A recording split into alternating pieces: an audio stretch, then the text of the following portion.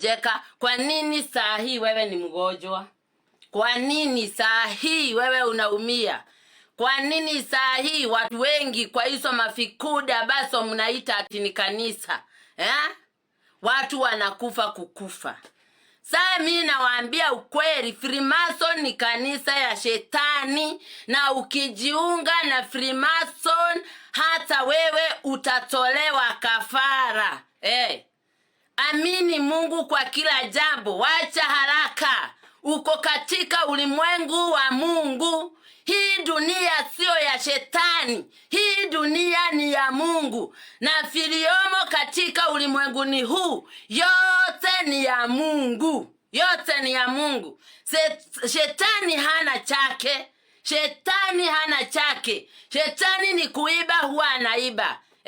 Usiangalie mtu useme huyu mtu ako na mali nyingi, anaendesha magari za kifahari. Hizo ni vitu za muda tu.